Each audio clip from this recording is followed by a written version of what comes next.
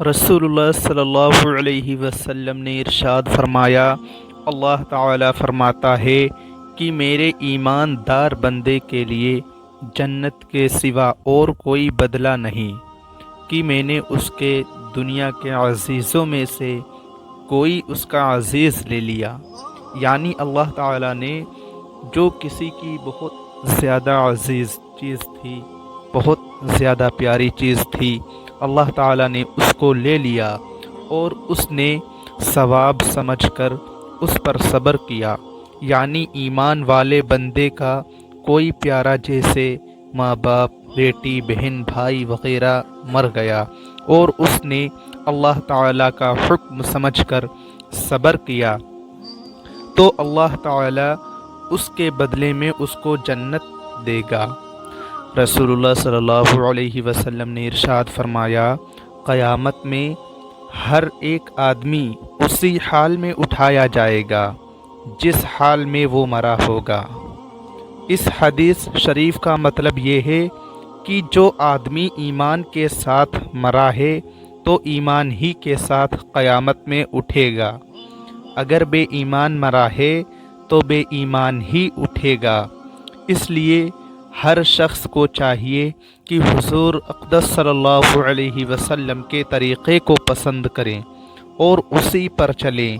یعنی اپنا چال و چلن، رنگ و ڈھنگ، صورت و سیرت حضور صلی اللہ علیہ وسلم کے فرمان والا شان کے موافق بنائیں اور اسی حال میں دنیا سے جائیں۔ کافروں اور فاسقوں کی صورت اور عادتیں اختیار نہ کریں۔ رسول اللہ صلی اللہ علیہ وسلم نے ارشاد فرمایا کہ جو اللہ تعالیٰ سے ملا یعنی مرتے دم تک اس کا کسی چیز کو شریک نہ جانا، وہ جنت میں جائے گا، اور جو مرتے وقت تک کسی چیز کو اللہ تعالیٰ کا شریک جانتا رہا وہ دوزخ میں جائے گا۔ مطلب یہ ہے کہ جو شخص مرد ہو یا عورت اللہ تعالیٰ کو مالک اور حاجت روح سمجھتا رہا اور کسی حال میں بھی کسی مخلوق کو اس کا شریک نہ بنایا، یعنی اللہ تعالیٰ کی صفت یا قدرت یا اختیار کسی میں نہ سمجھا، بس وہ جنتی ہوگا۔ اور جو اللہ تعالیٰ کے سوا کسی اور کو بھی نفع اور نقصان کا مالک مانتا رہا وہ مشرک ہے، دوزخی ہے۔ رحمت عالم صلی اللہ علیہ وسلم سے سوال کیا گیا کہ یا رسول اللہ، جنت اور دوزخ میں جانے کا کیا سبب ہے؟ تب آپ صلی اللہ علیہ وسلم نے یہ حدیث شریف فرمائی، جو شخص جمعہ کے دن اذان ہوتے ہی مسجد میں جا کر کے سنتیں پڑھے گا، پھر اس کے بعد خطبہ سنے، خواہ خطبہ کی آواز کانوں تک پہنچے یا نہ پہنچے، اسی طرف دھیان لگائے رہے، پھر اس کے بعد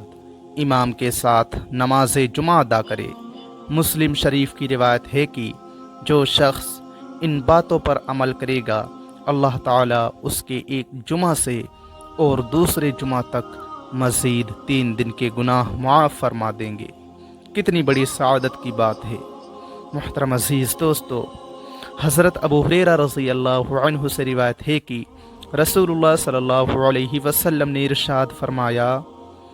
جمعہ کے دن فرشتے مسجد کے دروازے پر کھڑے ہو جاتے ہیں اور پہلے آنے والوں کا نام لکھتے ہیں۔ جو سب سے پہلے آتا ہے اسے اونٹ کی قربانی کا ثواب ملتا ہے، پھر جو اس کے بعد آئے گا اسے گائے کی قربانی کا ثواب ملتا ہے، پھر اسی طرح بعد میں آنے والوں کا ثواب کم ہو جاتا ہے،